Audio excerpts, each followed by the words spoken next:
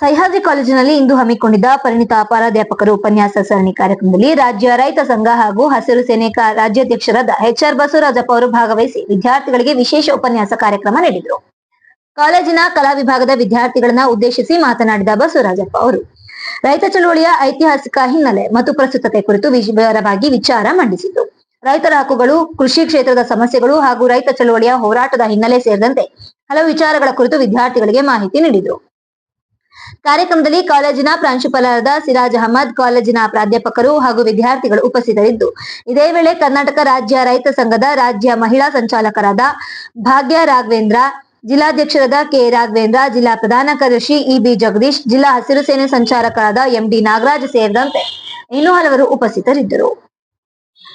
ಇದೇ ರೀತಿ ಶಿವಮೊಗ್ಗ ಜಿಲ್ಲೆಯ ಪ್ರಮುಖ ಸುದ್ದಿಗಳಿಗಾಗಿ ನಮ್ಮ ಹಲೋ ಶಿವಮೊಗ್ಗ ಚಾನೆಲ್ ಸಬ್ಸ್ಕ್ರೈಬ್ ಮಾಡಿ, ಲೈಕ್ ಮತ್ತು ಶೇರ್ ಮಾಡಿ.